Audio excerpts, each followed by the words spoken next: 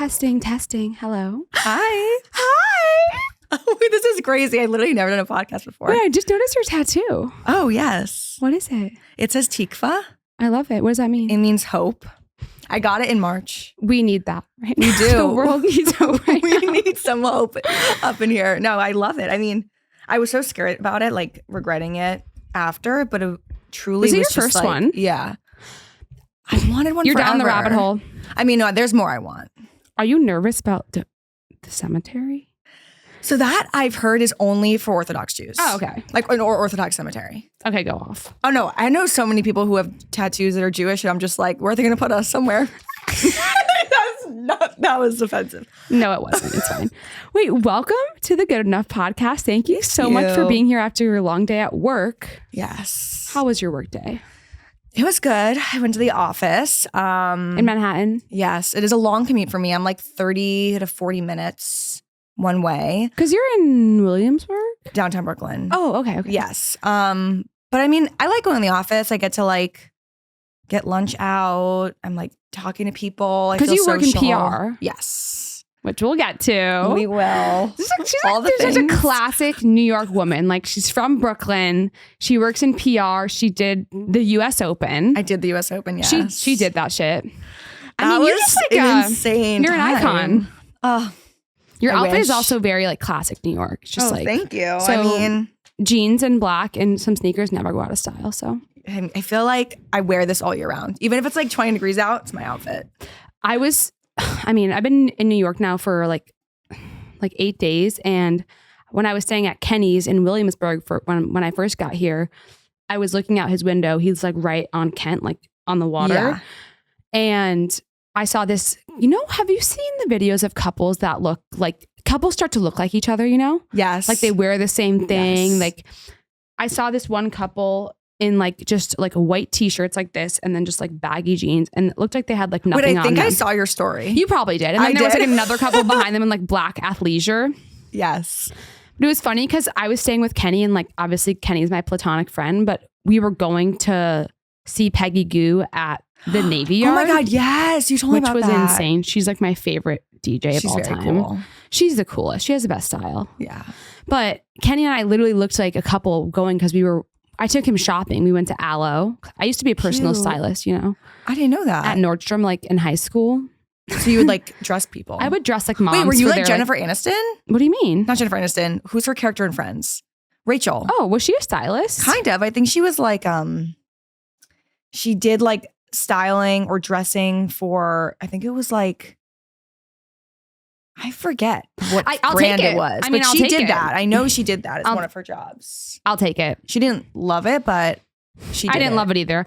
I thought I would have more creative freedom, but it was moms who wanted to wear Eileen Fisher that were shopping for their family to go to Florida for their timeshare that they regret. So, anyways. A type. But I really want to talk about like you growing up in Brooklyn, like Yes. as So someone, Upper West Side and then Brooklyn. I had a few spots I stopped in. That's so cool. Yes. How long were you? Because I'm from the Midwest. Like I'm from like 45 minutes south of the city of Chicago from a suburb called Flossmoor. Mm-hmm. So I've been in close proximity to a major city, but I feel like it's just a totally different experience. And I feel like you're just probably more culturally advanced than the average person at a young age. Like, what do you think about that? I mean, I definitely feel like living in New York. So quick background. I was born in Texas, moved to New York when I was 3. Where in and Texas? Then El Paso. Okay. And then lived in Upper West Side till I was 14 and then moved to Brooklyn with my mom for high school and then haven't been there since.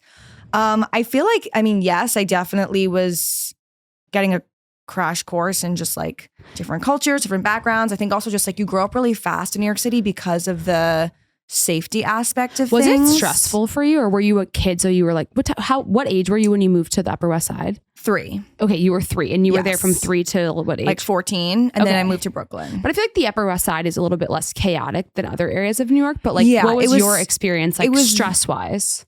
I mean, I would say like as a kid, I was not stressed. I just thought it was like fun. Like normal? Yeah, but I was always going to school in Brooklyn. So I would commute to Brooklyn, and that was kind of stressful. I didn't really understand why it was happening. I think my mom just like wanted me to go to St. Anne's. But then when I moved to Brooklyn and started kind of like going out on my own with my friends who were traveling around late at night, that was kind of crazy. It's giving Paris Hilton, Nicole Richie. I mean, it was Kim Kardashian. It was. I honestly, looking back, I'm like, I went clubbing at 16 in Chicago. Decisions. Fake ID, the whole thing. Oh yeah. Sorry, Mom. I'm like, sometimes I look back at the decisions I made. Like I would like be walking home alone at like 3 a.m. as like a 14-year-old, 15-year-old. You just like, you don't think about how dangerous things can be. I agree. And I've had similar experiences, but I think one thing about us probably was we probably were so confident that people didn't want to fuck with us. That's how we survived. Like, I mean, people are scared. Nothing is scarier than a drunk girl. Like, like, you know. I'd also be like listening to music and like speed walking. I'm like 15 years old. Like, it's like, what is wrong with me? Did you ever have those? I mean, you went to like a much more academic. I went to San Diego State. Emily went to Yale. She was like the captain of the fucking squash team. Like I was just like a sorority girl at SDSU. I was a sorority girl too. I was in Theta. Respect. Okay. Well, I did an episode recently about getting kicked out of my sororities. Oh, yeah. I'm excited for that one. Yeah, it's a long story, but what was I even saying? Something about I don't know. I'm so tired. I'm like losing track. Yes. No, I was saying we were talking about like not understanding the dangers of like being young and alone in the city. When was like your first experience where you were like, okay, this is like, I'm going out. Like, where would you go? Would you go to like Noah Tepperberg's clubs? Like Tao? Yeah. We like, I feel like my favorite spot was like House, Haus. Okay. Where is that? I forget. It's definitely downtown Manhattan. I forget where it was exactly. But I would go there like every month with like my friends. Shout out to Allie Mack. What age? Like 16. That's iconic. You know, that's what like Paris Hilton did. Like she lived in, I think she started modeling. Her mom wouldn't let her start modeling, I think until like 18, maybe. I think that's when Kathy Hilton let her like start modeling. And she would go out to clubs, and their mom knew Noah Tepperberg, who owns like Tao. And do you know Melissa Wood is married to him, and I just love her. And she actually replied to me on Instagram recently. I was like, oh, thank you, Melissa. But I guess like her mom was like calling Noah Tepperberg, being like, get Paris out of the club. That's what my mom would do. That she didn't know Noah, and she would find his number and be like, get Emily out of the club. No, one time in college, I partied a little. Well, actually, like I was always responsible in college. Like I never really was like in any danger. I was like the mom of the group, but I would just like leave my phone like off like in my dorm, and like, oh my God, I guess I didn't answer my phone for like 48 hours like in like my first month of college, and I was like asleep after like a day party, like a dager at SDSU, probably like some frat party at a pool, and I was like dead asleep in my bed, and this like guy who's like on my floor like bangs on my door, and he's like, Mary, like the police are here, they're downstairs in the lobby. And I was like, what? Why? And he's like, your mom has called them to do a wellness check. My mom, I think, might have done something similar to me. But they weren't allowed to come up. Oh, they needed like permission. They needed permission from me. So I said, like, just tell them I'm alive. She is well. You could imagine how nervous I was to open up my phone, because my mom does like talk to text. And so it's just like a stream of consciousness that probably produces like the most anxiety possible in a human. That's wild. My mom doesn't really know how to use her phone or really any technology. So she would just like call me all the time. And if I don't answer, she'd freak. But I prefer phone calls. I think, you know what? Kris Jenner was right when she said, just call Taylor up. Everything can be dealt with in a phone call. Like, yeah, you know, true. Better Very than good a text. businesswoman tactic. As a ex-salesperson, like a phone call changes everything. It does. Unless someone doesn't want to hear from you, then it's just gonna make things worse. Or they like nonstop talk and you can't get off the phone. Correct. Yes. Well, I feel like I had a very like Brooklyn day today, because I went to the Vital climbing gym for the first time. Have you been? Oh my God. I have not, but I walked by it a few times when I was, you know, in my days. Yeah. Williamsburg days. Okay. So as someone like how I've only lived in Manhattan for like 10 months before, and like I spent a good amount of time in Brooklyn, and I'm now the podcast studio that I'm using is here in Bushwick. Like, how would you describe the different neighborhoods within Brooklyn as like a local? Because I feel like I'll hear a lot of different tropes and stereotypes, and I'm like, I need to hear from someone who really knows, because there's a lot of BS out there. So I mean, growing up in New York City, I've definitely seen Brooklyn and the neighborhoods within it change, or just like the way they're viewed change. Like candidly, 10, 15 years ago, like no one went to Williamsburg unless you were like going to like rage. Like it wasn't really a place that people wanted to live. It wasn't a place that you would go to like go to brunch. It was kind of like a bit like what I feel like Bushwick is. And I think Bushwick is going to become more and more similar to Williamsburg. But I think that over the years, and also just because like Manhattan was so expensive, as we all know, and people are, you know, exploring new areas sick of Manhattan to live. Same. I do enjoy the Upper East Side. It's I do peaceful. too. I mean, Upper East, Upper West, I've always loved. I just feel like it's so family oriented that I don't know if I would live there until like I'm ready to like have a family. But sometimes I think about when I was a kid and how it was so nice and like I could go back earlier. It's so peaceful. Like I've just really enjoyed my time. I probably am more well rested than I have been this entire trip because the doormen are so friendly. Like everyone just kind of like is like looking out for you. I feel like in other parts of Manhattan, you just feel like super alone. Like even the other day when I was coming to the studio, I was like running so late, of course, because I've just been like running around like a chicken with my head cut off. And I was like, my city bike like broke, and then I had to get on the train, and then I was like sprinting here in my flats, and I like wiped out like super bad. Like if my butt wasn't so big, I would have broken my tailbone. Oh my God. But like literally I have the gnarliest bruise on my leg, and it looks like I was like assaulted because I literally like it was like I slipped on a banana in a cartoon.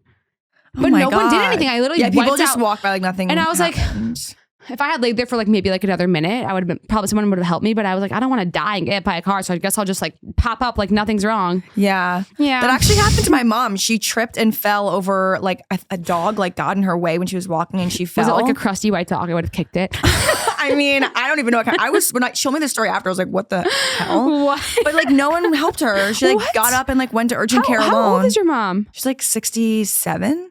What the fuck is wrong with people? Yeah. What? People are so rude these days. Like even on trains, no one gets up for women. I'm like, are you like, hey, this little finance frat boy who's like 28 doesn't have the wherewithal to let a pregnant woman sit down. Like you should be ashamed of yourself. Honestly, yeah, people just kept walking by. She had to like get stitches. Yeah, that's bad. Bitches should be the only people getting stitches these days. My mom definitely is not one. It's just ridiculous.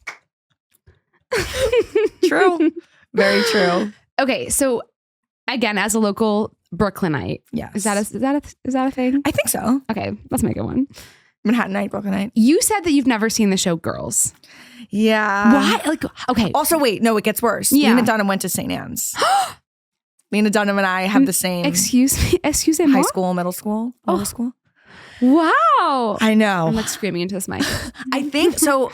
I do think I watched a couple episodes when it first came out because obviously I was like, oh my God, St. Anne's Connect. I think I just didn't really like, okay, weird fun fact about me. I don't like watch a lot of TV. Me neither. There's like certain Who has the shows time? like Sex and the City, obsessed, and I've watched it 5 times over. Yeah. But like outside of a few shows, I will never, I will never it's like a fruit fly flying in my mouth. Yum. You guys clean the studio. You know, just a little accessory. But yeah, I don't know. I just like never like picked up that show. I feel like I never watched like Succession. That There's one of other the shows main I've never characters lives around here, I think. I feel like there's so many celebs or like actors that live in Brooklyn. Yeah. But like everyone looks the fucking same. Everyone's like in like a hoodie and like something from Kith and like something ripped. People love like Brooklyn Heights, Cobble Hill. I feel like you'll find out like when I was at the Open, I can't say more, but like you know where people live and you're like, wait, I live like 5 blocks from them. Yeah. I really like Park Slope. I think I would live there. It is pretty. Prospect Park is gorgeous. Yeah. Yeah. Well, who knows? Yeah. But how much older than you is Lena Dunham? Oh man, definitely.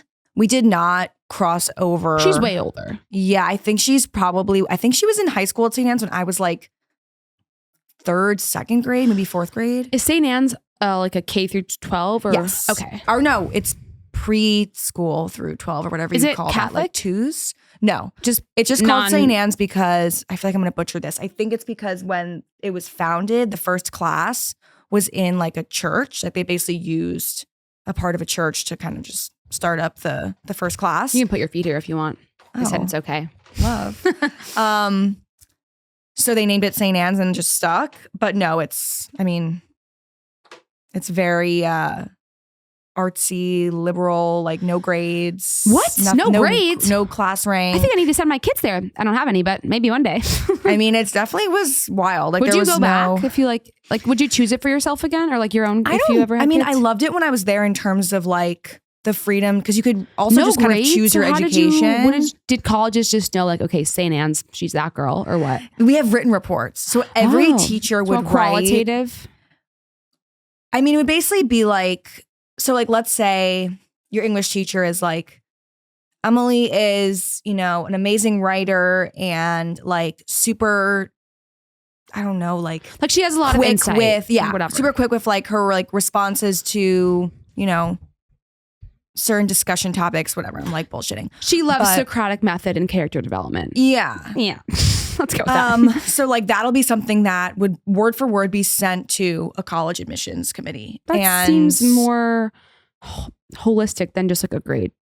Yes, but also I feel like it was hard if you wanted to go to a school that was not as like liberal arts focused. Like where? I feel like there were schools that, I mean, this might sound obnoxious, but like more kids went to like Brown than they went to Columbia. Yeah. Or like, well, like in Gossip Girl.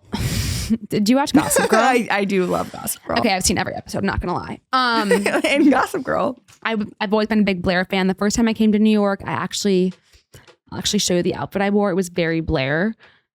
I'll show you later. Okay. But like, it was ridiculous. But there's an episode when like Blair and Serena are like fighting about which schools. Do you know what I'm talking about? They're like going to apply to colleges. And she's like, not everyone wants to be Blair Waldorf. Not everyone wants to go to Brown.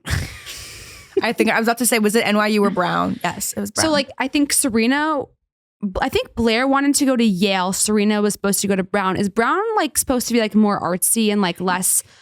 It's definitely more artsy. Yeah. Definitely. I mean, when I was at Yale, it was artsy in that there were like pockets of like people. Now, what was it like going to Yale? I feel like I have like no idea like what it's really like to go to an Ivy League school. I mean, I feel like I would have thrived. Honestly, at SDSU, I was bored as shit. I was having fun because I was partying, but like the education was fine. But I just think the atmosphere. I mean, I wasn't bored. I think I was like understimulated cognitively, just because like.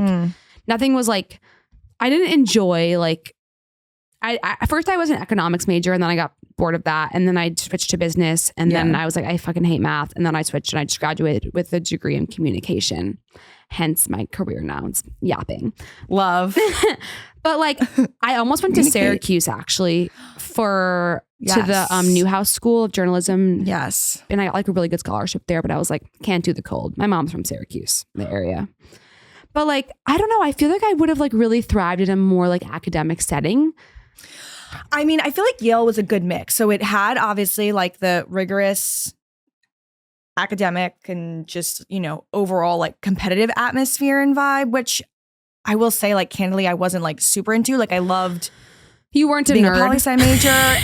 You studied poli-sci? I did. Cool. And I loved it. My sister just graduated with poli-sci in social change. It was great. So I definitely loved being challenged and just like feeling like there was so much for me to learn and take in there. Yeah. But I do think that it was a very social school, but it wasn't overwhelming. Like I felt like you could go out as much as you wanted, but you also didn't have to. And like you still had your friend group and you still had other things that, filled your cup. Like I was on a squash team. I did like certain extracurriculars throughout like what were extracurriculars? So I did like Yale Daily News TV, which is what got me into like wanting to do journalism. This is why you're a natural. PR. Duh. Am I natural? I feel like I'm gonna look back at this and be like, what is she doing? No, this is going really well compared to my other episodes. Like you're so easy to talk to. You're really carrying the show. Oh, thank you. Maybe I should pivot my career. Please do. Please do. We need more women in the podcast space. That's so true. Always. So true. Can't have enough podcasts. Well, that's debatable. But yeah. Just another white girl with a microphone. Just kidding. You should change your name. No, like literally. I actually really want to start a hot sauce company called Not Your Average White Girl Hot Sauce, but I don't know. Wait, that's so cool. I love spice. Do you like love hot sauce. I can't do spice. hot sauce. Wow. I think I might actually no. I have. Do you carry one? I have soy sauce in my purse, but that's just from being like recently at like I don't know. I was just like I've been traveling. I'm not like the girl that's like I have hot sauce in my bag swag. Like that's hilarious. I can't do spice. Like I freak. What? I know it's not great because everyone loves spice. But that's okay. I think I've dulled my spice. Like I think I've dulled my taste buds. Also, I have all the spice. I have ADHD, and like basically what that means is I lack a lot of like serotonin and dopamine. So I'm like constantly looking for ways to up that. So spice like does that for me. So instead of like doing crack, I just like some hot sauce. You're like snorting hot sauce. Yeah. No, I like cry with one drop of hot sauce. I'm like, what about like do you like ramen? I love I do love ramen and like Tonchin ramen in Brooklyn. I've never been, I don't Tonchin. It's very good. In Williamsburg? Yeah. Maybe. I don't remember. What are like some of your favorite restaurants in New York? Like no, what do you think are like the most like what are like some hidden gems that you think like the average person as a tourist or like a first timer to New York might not hear about, but they should go to? And what should people skip when they come to New York? Oh man, this is hard. I feel like I didn't put this on the prep doc, so no pressure. The prep doc being the text message I sent you. I mean, I feel like the ones that come to mind are actually places that are not like very touristy, but like people know about. Like I'm gonna write them down. Misi Love. My friend works there, I think. My friend Rachel works at Misi. Wait, really? She just moved to Greenpoint. Yeah, she was my roommate in San Diego. Did she like get you in? Probably. They're so hard to get into, those restaurants. Wait, Lilia looked kind of dead the other day when I was outside there. I went to a little French place next door. Wait. I went to a little French place that was like right in front of it, and it was so cute. Just for a glass of wine. I mean, when I went, it was like popping, but that was like a little over. It was like the middle of the day. The life of a content creator, just fake jobbing to explore all fucking yeah. This is a hard question because I feel like I'm the kind of person where if I like something, I just stick at it. I don't like do anything else. So I'm not like someone who really like explores. Someone like I need someone to like get me to explore places, and I'll go and I'll try new things. What are your go-tos then? What are your classics? You're like what is it called? Like your You're like what's the phrase? Your old trustees. Honestly, I mean, I'm trying to think. It's more not as much like restaurants or like sit down places, but like growing up in Brooklyn Heights, like there's places I go to that like sandwich spots. Like Lassen and Hennig's is a place that's in Brooklyn Heights. What's it called? Lassen and Hennig's. It's literally like a deli / like small grocery. LASSEN. EN and then Hennig's HENNIGS. Okay. Plug. They've been around for so long, like since I was in like kindergarten and probably longer. Mm-hmm. They're great, classic spot. You can get like sandwiches, just like ready-made food. What's your order? I mean, I love their breakfast sandwiches. I'll get like an egg, cheese, avocado on a roll. Okay, a California bacon, egg, and cheese. No bacon? Oh yeah, no. I mean, I like bacon, but I don't know. Just in sandwiches, I'm like it's crunchy. Like it's what's happening. Fair. I don't know. Not my vibe in a sandwich. They have like great pasta salad. They just have some good stuff. What about like cafes? Oh, I was about to mention a steakhouse. Okay, hard pivot. What's a steakhouse? Gage and Tollner. How do you spell Downtown Brooklyn. GAGE. Okay. And then Tollner, TOLLNER. It's very famous. It's been around technically for like I think about 100 years, but it closed for a bit and then reopened. Yeah, there's another like famous steakhouse that's been around like for a while, right? Peter Luger's. Yeah. Yeah. That's in Brooklyn also, Williamsburg, and then Port Washington. What do you think's better if you had to pick? Like the I think Gage and Tollner. Okay. What do you get there? What's your go-to steak? New York strip. Oh, but then also they have like this kind of not famous, but just like hilarious dessert called the Baked Alaska or Baked Alaskan. I forget the official terms. Yeah. But that's like their like dessert that you get and it's really good. But yeah, they have like shrimp cocktails, super great. They have all the things and it's like 2 blocks from my apartment. Amazing. And I love it. One more question about food and then I want to ask you about working in PR in New York. Yes. Because we have a little bit of time. Yes. What's your go-to cafe if you're like someone that like wants to, I guess 2, if you want to work from somewhere and then if you want to not work from somewhere and just like relax and read? Okay, wait. I need to look up the cafe Take your for the time. second one because I forget the name of it. But it's one that's near my apartment that literally no computers are allowed. Like they don't have technology. That's like at Soho House in Chicago. I go with my friend and like on the rooftop, you're not allowed to have your computer out, which I love. Oh, really? Yeah. I didn't know that. Because like Soho House was originally created for creatives to be able to like come together and collaborate. And like if you're just on your computer working, like there's no room for collaboration, you know? That's very true. Okay, it's called the Little Sweet Cafe. The Little Sweet Cafe. It's like you can like kind of see the pictures. It's really cute. But like I've gone there to just like hang. You can drink wine there. Very cute. Very They have like sweet. cute pastries, good coffee. They have crepes. Ooh. Crepes. How do you say it? Yeah. You kind of give me like French. French vibes. Oh, thank you. Emily in Paris. Emily. So that's my favorite cafe to just like go and hang, either like catch up with a friend or just like read or zone out. If I'm gonna work, Devotion, is that how you say it? Oh, I love Devotion. They have a few locations. I used to go to the one in Flatiron. Yes. By my old office on 21st and Madison. There's one in downtown Brooklyn that I've gone to a few times and I like. Also, this place called White Noise Cafe that's near my apartment. Okay. That can get kind of crazy, but if you get there early and you get a plug, you can sit for Like a an while. outlet? Yeah. I'm like, are you getting drugs delivered to the cafe? You know, it's my spot. Classic. But yeah. So let's pivot to talking about you working in PR in New York. Okay. How'd you get into it? How'd you get your start, Emily? Yes. So when I graduated, I actually went into what I thought was going to be my career path to being a talent agent. So I started a talent agency and I was an assistant for like a year-ish. And then COVID hit and a lot of assistants were furloughed. I was included in that. And I was like trying to figure out if I wanted to just wait it out and go back or try something new. I knew I wanted to be in entertainment in some capacity. So I started looking for jobs and I was literally applying to everything. I didn't have a job and I was like, oh my God, you know, How many classic, jobs would you like, guess first world you applied problem. to? Oh my God, like over 100. See, you people out there who are just applying to 5 jobs, it doesn't work like that. I hear tons of college kids being like, I don't have a job. I'm like, how many did you apply to? 4. Like, let's pick it up. Come on, get a spreadsheet. Let's go.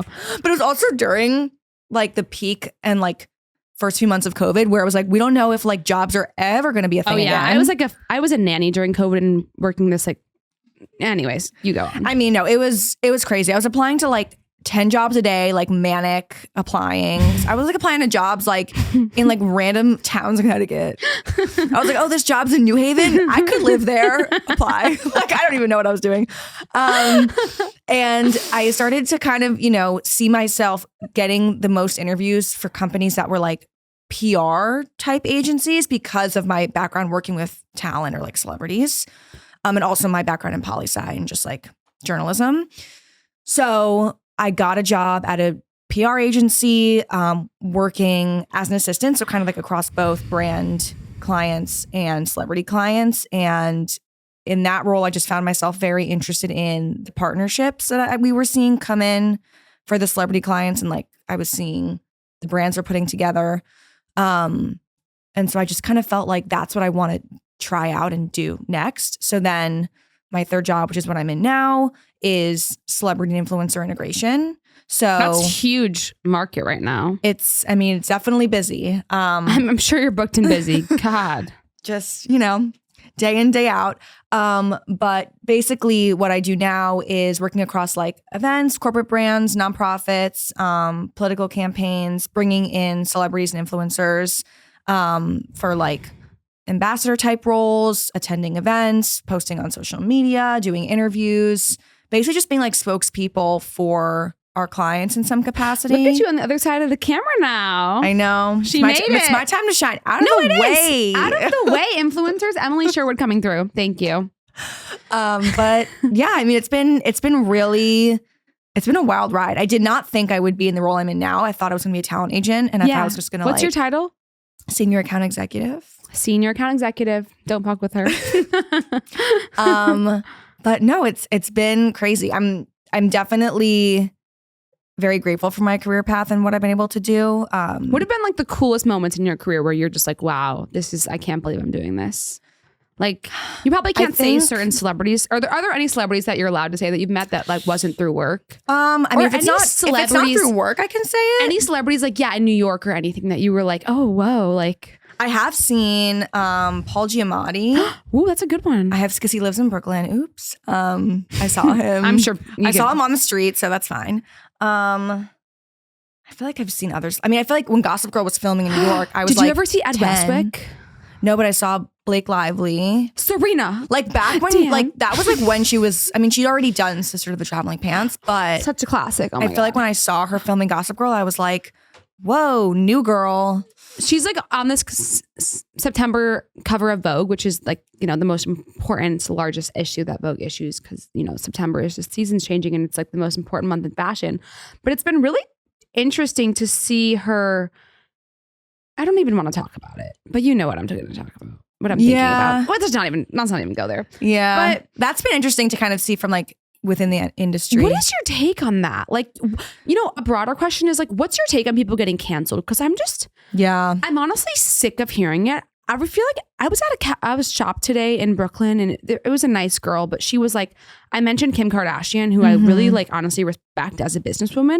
And of course there are things people can pick her apart for, like sustainability or this or that. But it's like at the end of the day, she's not doing anything to intentionally harm people. And there are so many other people in the world who do things that like directly harm people and they know it and they're like evil. Yeah. So like, what's your take on people just being like jumping on someone and being like, oh, they're canceled because of this? It's like, what's your take on that? I mean, I think something that I've seen from working in entertainment is definitely like, I don't want to say it's very easy to cancel like a celebrity or a public figure, but it kind of is because once canceling someone goes viral, it's just like, it's spreading like wildfire. And also, you know, an aspect of being a celebrity is kind of giving yourself to the public to kind of do whatever they want. It's not just like, you know, talking about their physical appearance or their personality, but it's also like just rumors can just spread like wildfire. Also like personal information can spread. I want to read one excerpt from, I traded a book for a book at this like cafe today on the Upper East Side. That's cool. Yeah, it was like a little library in the thing. And I just had this book on women's hormones or something with me. So no, it was a different book. I don't know. But this passage I thought was interesting about fame, which I was thinking about because I swear I saw Timothée Chalamet getting his hair cut. I could have. You may have. I think he lives in New York. Yeah. He went to high school on the Upper West Side. Oh my God, true. My friend, me and Timothy. This girl I used to manage, she went to high school with him. But okay, so the quote. Just two city peeps. No, literally. Okay, I have two more questions for you, but I want to read this excerpt and then I want to ask you about what's not good enough. What's not good enough when it comes to dating? As in like behaviors in men. Like as in like an ick? Yeah, like what are just like some icks? I'm going to read this passage really quick. Okay, so you know what? Actually, I'll just put a link to like what this passage is down below if you want to read about it. It's very interesting. It's about like just fame and facelessness basically is what it's about. Yeah. But I want to ask you, like, so you've dated obviously, and what are just some things that men have done that you're just like, oh my God, like what the fuck? Yeah, I have one. When I think at any point in a relationship, but especially early on, men who will comment on other women's looks. Like I feel like I've dated guys where like they'll be talking about their friend's girlfriend and it won't be like, oh yeah, like my friend's girlfriend is so funny. She's really smart. Like love hanging out with her. It'll be like, yeah, she's so hot. Ew. Disgusting. And I'm just like, you know, that's not marriage material. It's actually trash behavior. I'm just like, I can't sit here and be like, oh yeah. Like I just feel so uncomfortable. What's another one? Let me think. Like insecurity. Dishonesty. I could think of a million. I mean, yes. I mean, these are all like the classics. I'm trying to think of like my own lack experiences. Of confidence. Like, oh, I think yes, but also just like not being upfront about what you want. I dated men where it was like they would lead me on for so many months. I hate avoidant people who just don't know how to like address things head on. Like they can't even answer a phone call or call you. People who don't know how to pick up the phone and call. Yeah. It's just like really grow the fuck up. Yeah. Honestly. Yeah. Honestly. Sorry. On that note. On that note, you should think about what you did. Anyway, But like, Anyway. there were so many guys, I will say, where like I ended it and I look back and I was like, they were waiting for me to end it. They were just not ending it and seeing what would be my breaking point. And I waited. People who don't know how to make decisions. Well, they're or to be scared decisive, to like be disliked. or like blame their behaviors on like trauma. It's like, I'm sick of the fucking therapy talk. Like, I get it. You need, like, people are like, I have a boundary, or like, it's like, you know what? I have fucking boundaries too, but you can sacrifice. Our relationship is sacrifice. So like, you have to learn how to have balance, you know? I agree. Also, it's like everyone has their own trauma they've been through, their own experiences, but you're dealing with another person. It's like, you have to take someone else's experiences into consideration, and you have to, as an adult, learn how to deal with the cards that you've been dealt. And if you're not ready for that, then you have to say, you know what? I'm actually incapable of being there for anyone. So I have to remove myself from the situation, and I have to go to therapy for 3 years, and hopefully something 3 years. helps. I thought you were going to say 3 months. No, I think some people need years. Years. For 10 And years. hey, I'm not want to talk. I went through intensive therapy. I went to an IOP clinic for 3 weeks after I was depressed because I was prescribed Lexapro, which literally made me suicidal. I've never taken like any sort of like I don't recommend medication for my mental health. I don't recommend. My It's mom tested on men, not women. So my it's mom fucked. does not like it. She's always like, Well, she's a smart no. woman. She is. She's a doctor. So Oh, she is? What type of doctor? cardiologist. Oh my God. She's a lover. Well, okay. We're at time. Okay. But I just want to thank you so much for booking it over here after your work day. This was so fun. This was so fun. So I healing. love this. I Good really job. love this. Send me an email of what you don't think is good enough. It's marydonkel@gmail.com. It's MARY D as in David ONKEL @gmail.com. Oh, and socials at the end. You got it. Okay. We got it. Okay, bye.